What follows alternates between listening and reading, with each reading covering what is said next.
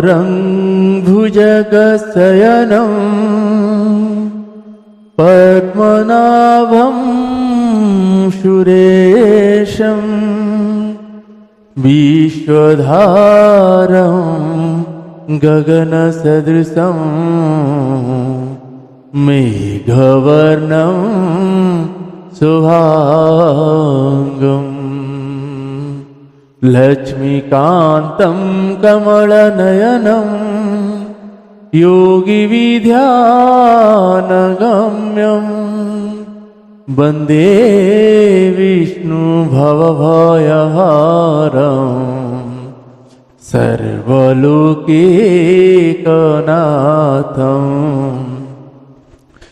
सर्वलोकैकनाथं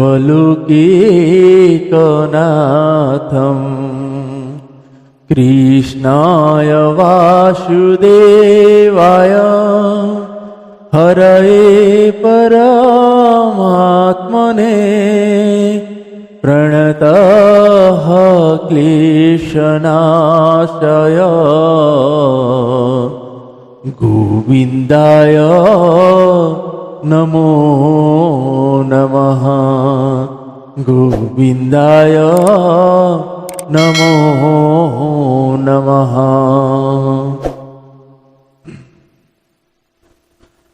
आप सभी को सादर जय श्री सीताराम।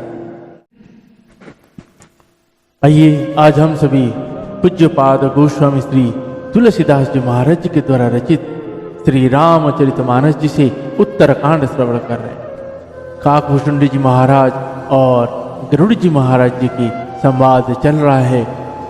काकभूषण जी अपने उस 27 कल्पों के बारे में बताते हैं, गरुड़ जी को सारे विस्तार से समझाते हैं कि इसको इस चंडाल रूप कौवे के रूप में भक्ति कैसे प्राप्त हुआ, कलियुग में कैसा कैसा आचरण होता है और कैसा कैसा आचरण था, उस कलियुग का वर्णन है।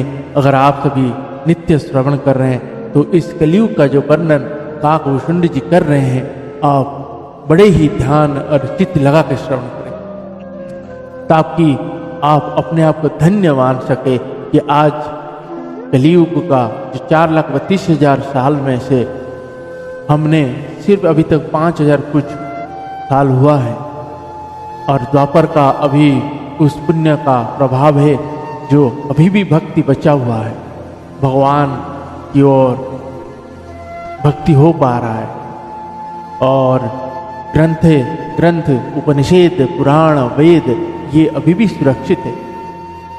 नहीं तो आप ये करिए, अगर कलियुग के बीच में या आज के बाद 200-500 साल या 1000 साल के बाद दोबारा जन्म लिए होते तो सोचो उस टाइम क्या हो रहा होगा। तो इसीलिए भगवान ने कृपा किए हैं हम सभी के ऊपर, हम इस समय जन्म हुए हैं और आज उनके नाम ले रहे हैं ताकि यही समय है, इसके बाद वो समय नहीं मिलने वाला, क्योंकि आगे कली का जो प्रकोप है बढ़ता जाएगा, फिर कुछ नहीं मिलने वाला, फिर आप हाथ मलते रह जाओगे, कुछ भी नहीं मिलेगा आप, क्योंकि सबके अंदर आचरण ही बदल जाएगा। तो इसीलिए इस समय भजन ज़्यादा करें, भगवान की ओर ध्यान ज़्यादा लगाएं ताकि इस जन्म मरण के आवागमन से अभी अभी मुक्त हो जाएं, ताकि बाद में दोबारा इस धरती में जन्म ना लें, चाहे किसी भी रूप में। भगवान श्री रघुनाथ जी और मेरी माता जानकी जी की अपार कृपा है हमारे ऊपर, जो हमें इस धरा सृष्टि में भेजे। उनकी उस चरित्र को हम सभी आदर और बड़े ही आनंद के साथ श्रवण कर रहे हैं, जिसमें भगवान के उस नाम को बार बार लेने का जो आशीर्वाद, जो कृपा है उनका, उस कृपा के कारण हम बार बार उनके नाम ले पा रहे हैं। भगवान भोलेनाथ जी, माता भवानी जी की भी अपरिमित कृपा है हमारे ऊपर, जो भगवान रघुनाथ जी के उस नाम को हम आदर के साथ ले पा रहे हैं। जय श्री सीताराम। आप सभी को श्री रामचरितमानस जी से यही कहूंगा कि जब मनु जी और शत्रुपा जी इस सृष्टि की रचना में आए, तो मनु शत्रुपा जी आए तो राजा थे, मनु जी राजा थे। तो अपने जब पहले जैसे वनप्रस्थ का जब समय आया, तो मनु जी और शत्रुपा जी दोनों राज्य को अपने पुत्र को देके वहां से वो निकले वनप्रस्थ की ओर, वानप्रस्थ का जो जीवन जीने के लिए वन की ओर। जब वन की ओर आए, आके देखे ऋषि मुनि लोग, संत जन सब तप कर रहे हैं, तो ईश्वर का गुणगान कर रहे हैं। तो इनको उस गुणगान बहुत ही अच्छा लगा, तो इन्होंने भी आके गुरु बनाए और गुरु से दीक्षा ली। और गुरु ने उनको यही बोले थे कि आप भगवान को, तब मनु शत्रुपा जी निराकार ब्रह्म को पूछते थे। जब निराकार ब्रह्म को पूछते थे, तो तब वो ओम नमः भगवते वासुदेवाय का उनको मिला था मंत्र। मनु शत्रुपा जी आके उसी मंत्र जाप कर रहे थे। तो एक बार मनु शत्रुपा जी तप करने लगे, दोनों ऐसे तप किए जैसे 7000 साल बीत गया। तब भगवान के आवाज आया, आकाशवाणी हुई। जब आकाशवाणी सुने, तो उसके बाद मनु शत्रुपा जी 23,000 साल तक का तप किए। जब 23,000 साल तप किए, तो भगवान का जो आकाशवाणी हुआ था, उस आवाज को सुने थे। जब भगवान स्वयं आगे सामने प्रकट हुए और आवाज जैसे भगवान प्रकट हुए, तो मनु शत्रुपा जी का शरीर में हड्डी मात्र ही बचा हुआ था। जैसे भगवान प्रकट हुए, तो मनु शत्रुपा जी से पूर्व की तरह बन गए और सामने देखे भगवान नारायण बोल रहे हैं, उनके आवाज आ रहा है कि बताइए आपको क्या चाहिए, वर मांगिए। वर मांगिए जब बोलते हैं, तो मनु शत्रुपा जी सुनते हैं कि जिनकी आवाज इतना मधुर है, उनकी आवाज से हमारा शरीर अगर पुलकित हो रहा है और हमारा शरीर पहले जैसे बन गया, अगर उसको पुत्र के रूप में पाया जाए तो कितना बढ़िया होगा, लेकिन कह नहीं सकते। तो फिर भी बोले भगवान हम कुछ और मांगना चाहते हैं। बोले मांगिए। तो मनु जी ने ये वर मांगे कि हे नाथ, हमें आपके जैसा एक पुत्र चाहिए। जब आपके जैसा पुत्र चाहिए बोले, तो भगवान बोले अब हमारी जैसा पुत्र कहाँ से आएगा, ठीक है हम आपके घर पुत्र बन के जन्म लेंगे। शत्रुपा जी को पूछे आप बोलिए आपको क्या चाहिए। तो शत्रुपा जी भी यही बोलते हैं कि भगवान हमारे घर आप पुत्र बन के आइए, हम आपको पुत्र मान के आपकी बाल लीला और आपको स्नेह करें। तो मनु जी ने भी यही बोले कि भगवान मुझे यही वर दीजिएगा। दूसरा वर मांगे थे, भगवान मुझे ये वर दीजिएगा कि जब आप मेरे घर पुत्र बन के आए, तो मैं आपको इतना स्नेह इतना प्रेम करूं कि मुझे कभी आपको भगवान ही ना समझे। तो भी भगवान ऐसा ही बोले थे। तो भगवान रघुनाथ जी का इस धरती में जन्म लेने का यह भी एक कारण है। जब भगवान जिस दिन प्रकट हुए थे माता कौशल्या जी के गर्भ में, जब भगवान ने सीधा आके विराट स्वरूप में माता के सामने आए थे, तो माता देख के डर गए थे। माता बोली क्या कर दिया मैंने, उस जगत के पिता को मैं अपने पुत्र बना रहा हूं, पुत्र बनाया है। तो वो बोले माता मत डरिए मत, मैं आप ही का ही पुत्र हूं। तो बोले पुत्र इतने बड़े थोड़ी होते हैं। बोले पहली बार मैं आप किसी का पुत्र बन रहा हूं, तो कोई पता ही नहीं था। बोले पुत्र छोटा होता है और रोता है, तब भगवान बाल रूप में आते हैं और रोना प्रारंभ करते हैं। इतना रोते हैं कि बंद ही नहीं होते हैं। तो भगवान ये ऐसी लीलाओं को हम आगे से भी श्रवण करेंगे। आइए आज के प्रसंग को हम सभी प्रारंभ करेंगे। उससे पहले आप सभी को बारंबार की तरह आज भी वही कहूँगा कि गोवंश के प्रति कर रहे जो अपराध हैं आप, कल एक नंदी महाराज जो भिलाई से हैं, उस नंदी महाराज के ऊपर किसी लोगों ने, कुछ अधर्मियों ने, किसी बेधर्मियों ने उनके ऊपर तेजाब डाल दिए। उनका आपको एक छोटा सा फोटो में यहाँ रख रहा हूँ, आप देखिए, उनके ऊपर तेजाब डाल दिए हैं। उसका कंडीशन देखिए कैसा है। अब बताइए इस संसार में कितनी क्रूरता हो रहा है, क्या ये सब बचेंगे? अब बताइए वो नंदी महाराज को इतना, उसके अंदर जो पीड़ा है क्या आपको किसी को दिख रहा है? कोई बता सकता है? इतना चोट आपको लग जाए तो आपकी हालत क्या होता है? इसीलिए उनके प्रति जो क्रूरता हो रहा है और उस जो अधर्मी आचरण है वो कभी नहीं बचेंगे। उनको भी इसी धरती में रहते हुए जलना पड़ेगा, जल के, और मर भी नहीं पाएंगे, जल के तड़पते हुए मरे। ये मैं नहीं कह रहा हूँ, भगवान स्वयं उसके लिए दंड दें। और गोवंश के प्रति जो अपराध आप लोग भी कर रहे हैं उससे बचे। पॉलीथीन से गौ माता को बचाए, उनकी भोजन का व्यवस्था कराइए और डेयरी का प्रोडक्ट से आप दूर रहिए। जितना आप डेयरी पे डिपेंड रहेंगे उतना उन गोवंश के ऊपर क्रूरता होता रहेगा। जो डेयरी के अंदर जो गोवंश है उनको ऊपर आपके दूध की डिमांड की वजह से वहाँ उनको इंजेक्शन लगाया जाता है, दवाइयाँ खिलाई जाती है, क्या क्या किया जाता है। तो इसीलिए आप डेयरी के ऊपर निर्भर मत होइए। अगर आप अपने घर में दूध पीना चाहते तो अपने घर में गाय रखिए, उसके दूध पीजिए।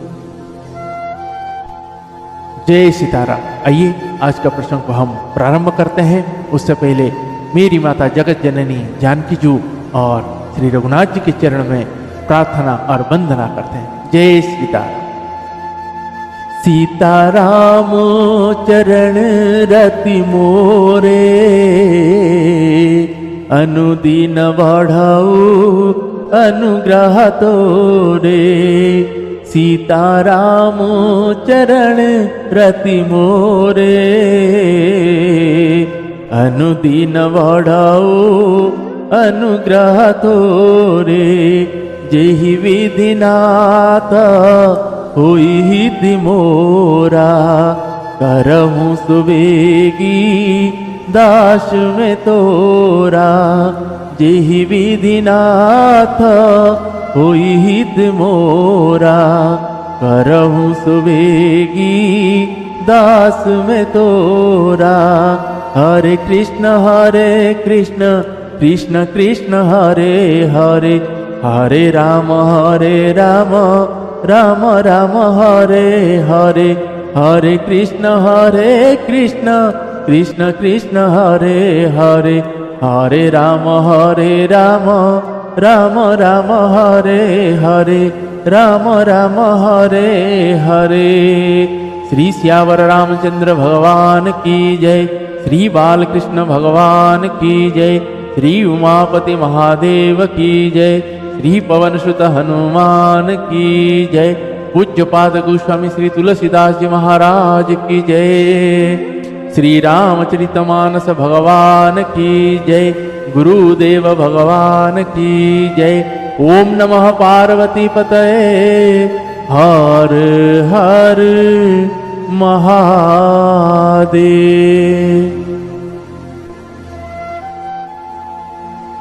आइए आज का प्रसंग को प्रारंभ करते हैं। सभी भाव भक्ति मन लगा के श्रवण करें। जय श्री सीताराम।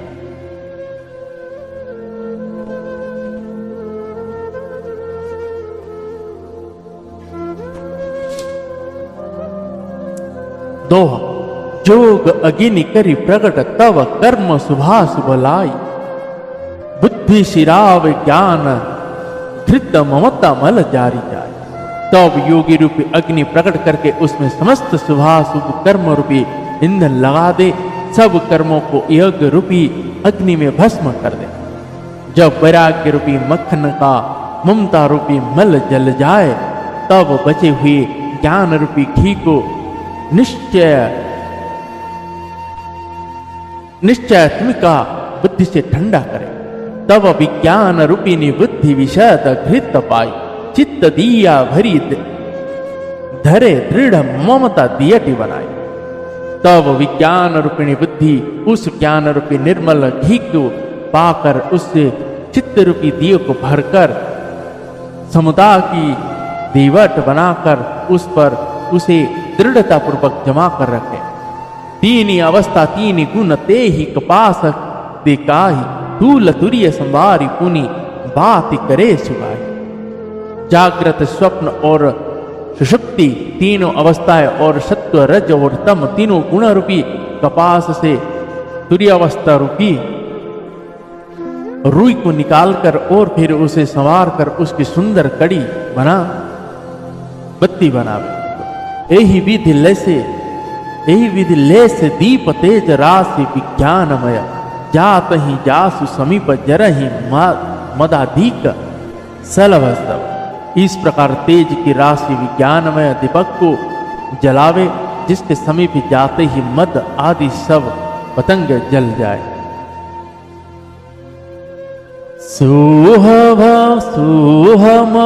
सोहमस्मीति वृत्ति अखंडा दीप शिखा सोई परम प्रचंडा आत्मानुभव सुख सुप्रकाशा तव भव मूलवेद भ्रमनासा प्रबल विद्या कर परिवारा मोह आदि तम मिटई पारा तब सोई बुद्धि पाई उजियारा पूरा गृह बेटी ग्रंथि निरुआरा छोरन ग्रंथि पाव जोस होई तब यह जीव कृतारथ होई।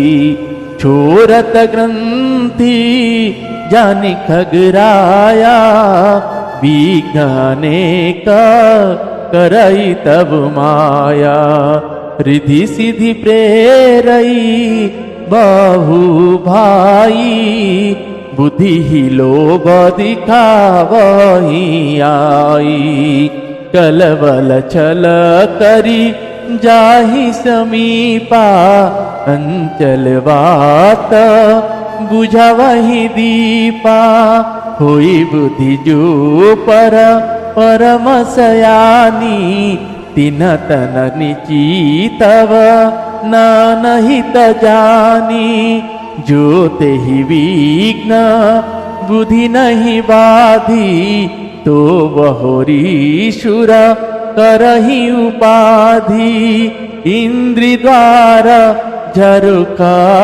नाना तह तह सूर बैठे करी थाना आपत देखही विषय बयारी ते हटि देही कपट उधारी जब सो प्रभंजन पुर गृह जाई तब ही दीप ज्ञान बुझाई ग्रंथि न छूटी मिटा सो प्रकाशा बुद्धि विकल भई विषय बतासा इंद्रि न शूरन न ज्ञान सुहाई विषय भोग पर प्रीति सदाई विषय समीर वृद्धिकृता भोरी तेहि विधि दीपको बारव होरी तेहि विधि दीपको बारव होरी। श्री श्यावर रामचंद्र भगवान की जय। सोह वरीश सोह मश्मि वह ब्रह्म में है।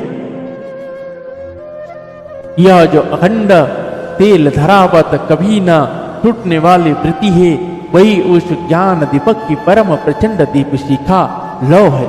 इस प्रकार जब आत्मानुभव के सुख का सुंदर प्रकाश फैलता है तब संसार के मूल भेद रूपी भ्रम का नाश हो जाता है और महान बलवती अविद्या के परिवार मोह आदि का अपार अंधकार मिट जाता है, तब वही विज्ञान रूपिणी बुद्धि आत्मानुभव रूपी प्रकाश को पाकर हृदय रूपी घर में बैठकर उस जड़ चेतन की गांठ को खोलती है।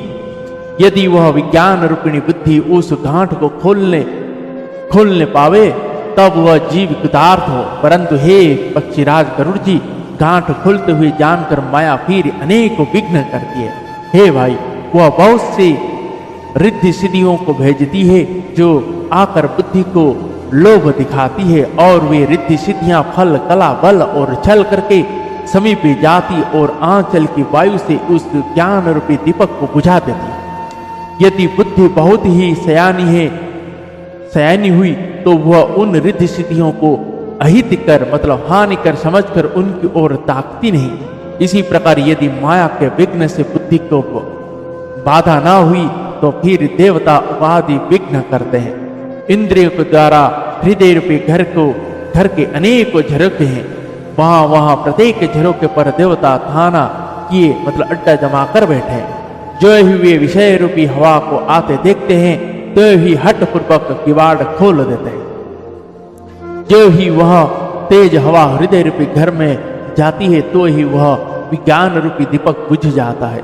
गांठ भी नहीं छूटी और वह आत्मानुभाव रूपी प्रकाश भी मिट गया।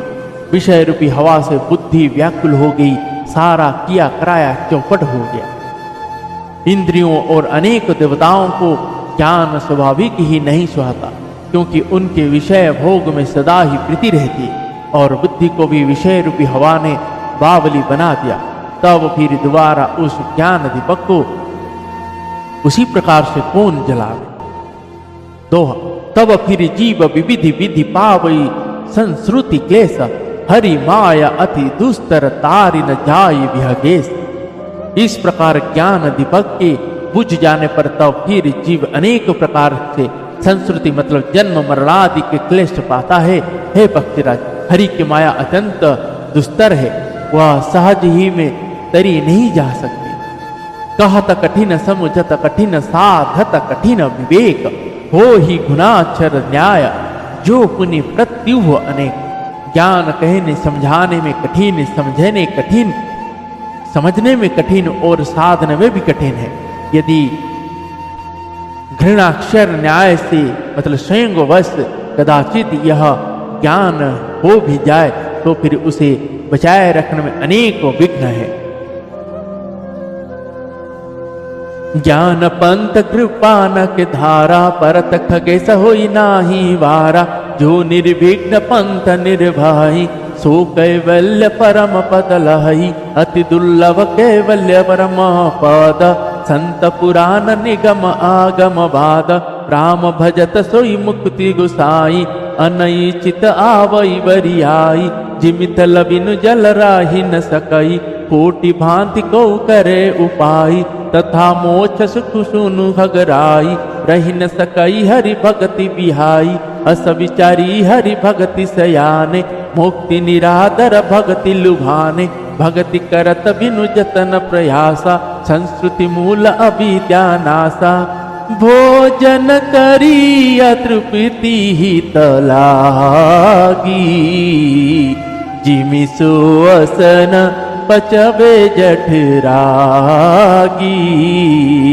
असी हरि भगति सुगम सुख दाई, को अस मूढ़ न जाई सुहाई। को अस मूढ़ न जाहि सुहाई। श्री सियावर रामचंद्र भगवान की जय। ज्ञान का मार्ग कृपाण दुधारी तलवार की धार के समान है। हे पक्षीराज, इस मार्ग से गिरते देर नहीं लगते। जो इस मार्ग को निर्विघ्न निर्वाह ले जाता है वही कैवल्य मतलब मोक्ष रूप परम पद को प्राप्त करता है। संत पुराण वेद और तंत्र आदि शास्त्र सब यह कहते हैं कि कैवल्य रूप परम पद अत्यंत दुर्लभ है, किंतु हे गोसाई, वही अत्यंत दुर्लभ मुक्ति श्री राम जी को भजने से बिना इच्छा किए भी जबरदस्ती आ जाती है। जैसे स्थल के बिना जल नहीं रह सकता, चाहे कोई करोड़ों प्रकार के उपाय क्यों ना करे। वैसे ही हे पक्षीरा सुनिए, मोक्ष सुख भी श्री हरि के भक्ति को छोड़कर नहीं रह सकता। ऐसा विचार कर बुद्धिमान हरिभक्त भक्ति पर लुभाए रहकर मुक्ति का तिरस्कार कर देते हैं। भक्ति करने से संस्कृति जन्म मृत्यु रूप संसार की जड़ अविद्या बिना ही यत्न और परिश्रम के अपने आप वैसे ही नष्ट हो जाती है। जैसे भोजन किया जाए क्या तो जाता है तृप्ति के लिए, और उस भोजन को जठराग्नि अपने आप बिना हमारी चेष्टा के पचा डालती है। ऐसी सुगम और परम सुख देने वाले हरि भक्ति जिसे ना सुहावे ऐसा मूड कौन होगा। दोहा। सेवक सेव भाव बिनु भवन तार्य उरगारी, भजऊ राम पद पंकज अस सिद्धांत विचार। हे सर्प के शत्रु गरुड़ जी, मैं सेवक हूं और भगवान मेरे सेव्य स्वामी है। इस भाव के बिना संसार रूपी समुद्र से तरना नहीं हो सकता। ऐसा सिद्धांत विचार कर श्री रामचंद्र जी के चरण कमलों का भजन कीजिए। जो चेतन कह जड़ करई जड़ ही करई चैतन्य, अस समर्थ रघुनायक ही भजई जीवते धन्य। जो चेतन को जड़ कर देता है और जड़ को चेतन कर देता है, ऐसी समर्थ श्री रघुनाथ जी को जो जीव भजते हैं वे धन्य हैं। कहूँ ज्ञान सिद्धांत बुझाई, सुनहु भगति मन के प्रभुताई।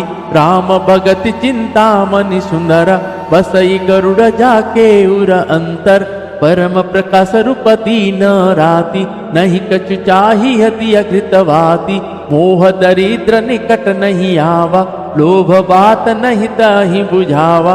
प्रबल अविद्या तम मिट जाई, हारहि सकल सलभ समुदाय। खल कामद निकट नहीं जाहि, बसहि भगत जाके उरमाही।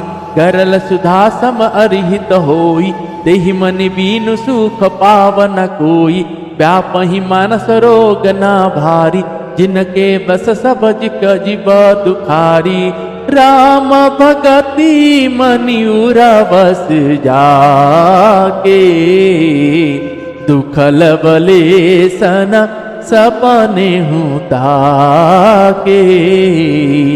चतुर शिरोमणि तेई जग माही, जे मनि लागी सुजतन कराई। सो मनि यद्यपि प्रगट जग आई, राम कृपा बिनु नहीं को लहाई। सुगम उपाय पाइबे केरे, नरहत भाग्य देहि भट भेरे। पावन पर्वत वेद पुराना, राम कथा रुचिरा कर नाना। मर्मि सजन सुमति गुदारी, ज्ञान विराग नयन उरगारी। भाव सहित खोजई जो प्राणी, पाव भगति मन सब सुख खानी। मोरे मन प्रभु अस विश्वासा, राम ते अधिक राम कर दासा। राम सिंधु घन सजन धीरा, चंदन तरु हरि संत समीरा। सब कर फला हरि भगति सुहाई, सो विनु संतन काहू पाई। अस विचरी जोई कर सत्संगा, सो बिनु संतन काहू पाई। सो बिनु संतन काहू पाई। श्री सियावर रामचंद्र भगवान की जय। मैंने ज्ञान का सिद्धांत समझाकर कहा, जब भक्ति रूपी मणि की प्रभुता महिमा सुनिए। श्री राम जी को भक्ति सुंदर चिंतामणि है। हे गरुड़ जी, यह जिसके हृदय के अंदर बसती है वह दिन रात अपने आप ही परम प्रकाश रूपी रहता है। उसको दीपक घी और बत्ती कुछ भी नहीं चाहिए। इस प्रकार मणि का एक तो स्वाभाविक प्रकाश रहता है, फिर मोह रूपी दरिद्रता समीप नहीं आती, क्योंकि मणि स्वयं धन रूप है। और तीसरे लोभ रूपी हवा उस मणिमय दीपक को बुझा नहीं सकती, क्योंकि मणि स्वयं प्रकाश रूप है। वह किसी दूसरे की सहायता से नहीं प्रकाश करती। उसके प्रकाश से अविद्या का प्रबल अंधकार मिट जाता है। मदादि पतंगों का सारा समूह हार जाता है।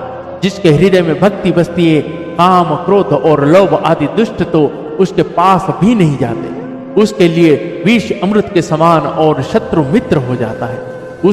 उस मणि के बिना कोई सुख नहीं पाता। बड़े बड़े मानस रोग जिनके वश होकर सब जीव दुखी हो रहे हैं, उसको नहीं व्यापते। श्री राम भक्ति रूपी मणि जिसके हृदय में बसती है, उसे स्वप्न में भी लेश मात्र दुख नहीं होता। जगत में वही मनुष्य चतुर के शिरोमणि है जो उस भक्ति रूपी मणि के लिए भली भांति यत्न करते हैं। यद्यपि वह मणि जगत में प्रकट प्रत्यक्ष है, पर बिना श्री राम जी की कृपा के उसे कोई पा नहीं सकता। उसके पाने का उपाय भी सुगम ही है, पर अभागे मनुष्य उन्हें ठुकरा देते हैं। वेद पुराण पवित्र पर्वत है। श्री राम जी की नाना प्रकार की कथाएं उन पर्वतों में सुंदर खाने हैं। संत पुरुष उनकी इन खानों के रहस्य को जानने वाले मर्मी है और सुंदर बुद्धि खोदने वाली कुदाल है। हे गरुड़ जी, ज्ञान और वैराग्य ये दो अनेक नेत्र है। जो प्राणी उसे प्रेम के साथ खोजता है, वह सब सुखों की खान इस भक्ति रूपी मणि को पा जाता है। हे प्रभु, मेरे मन में तो ऐसा विश्वास है कि श्री राम जी के दास श्री राम जी से भी बढ़कर है। श्री रामचंद्र जी समुद्र है तो धीर संत पुरुष मेघ है। श्री हरि चंदन के वृक्ष है तो संत पवन है। सब साधनों का फल सुंदर हरि भक्ति ही है।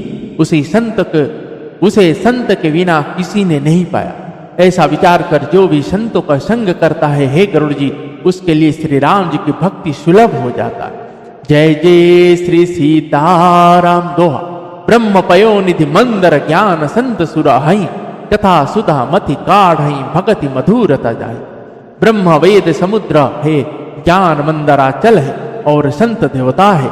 जो उस समुद्र को मथ कर कथा रूपी अमृत निकालते हैं, जिसमें भक्ति रूपी मधुरता बसी रहती है। जय जय श्री सीताराम। आज के प्रसंग को हम यहीं पे विश्राम देते हैं। पुनः आगे का प्रसंग हम भगवान की कृपा हुई तो श्रवण करेंगे। और आप सभी को आज के प्रसंग के विश्राम लेने से पहले आपको वही बात बोलूंगा कि गौवंश के प्रति हो रही अपराध से बचे। गौवंश की सेवा सच्चे मनोभाव से करें, ताकि उनकी जब करुणा की कृपा आपके ऊपर वर्षा होगी, आपके ऊपर आए हुए सभी संकट, दुख, क्लेश, दारिद्रता सब मिट जाएगा। सिर्फ ये सबसे बड़ी अचूक बाण है जो गौवंश की सेवा सच्चे मनोभाव से करता है, बिना किसी स्वार्थ के सेवा करता है। जब वो उसका फल मिलता है, आप उस कल्पना नहीं कर सकते आपको क्या मिल सकता है। धन धान्य से भर जाएगा, आपको जन्म मृत्यु का आवागमन से मुक्त हो जाएगा। जब आप यहाँ लोक छोड़ के जाएंगे, उस लोक आपका सुगम पहले बना हुआ रहेगा जहाँ आपको जाना है। इस जन्म तो आप तर जाएंगे और आगे भी आपका सभी मार्ग प्रशस्त हो जाएगा, मधुर हो जाएगा, सरल हो जाएगा। जय सीताराम। आज का प्रश्न वहीं पे विश्राम देते हैं। पुनः कल सभी भगवान की कृपा से मिलते हैं। तब तक के लिए हरे कृष्ण कृष्ण कृष्ण हरे हरे, हरे राम राम राम हरे हरे। हरे कृष्ण कृष्ण कृष्ण हरे हरे, हरे राम राम राम हरे हरे, राम राम हरे हरे। श्री श्यावर रामचंद्र भगवान की जय। पवन तनय संकट हरण मंगल मूर्ति रूप, राम लखन सीता सहित हृदय वसहु सुरभूप। श्री श्यावर रामचंद्र भगवान की जय।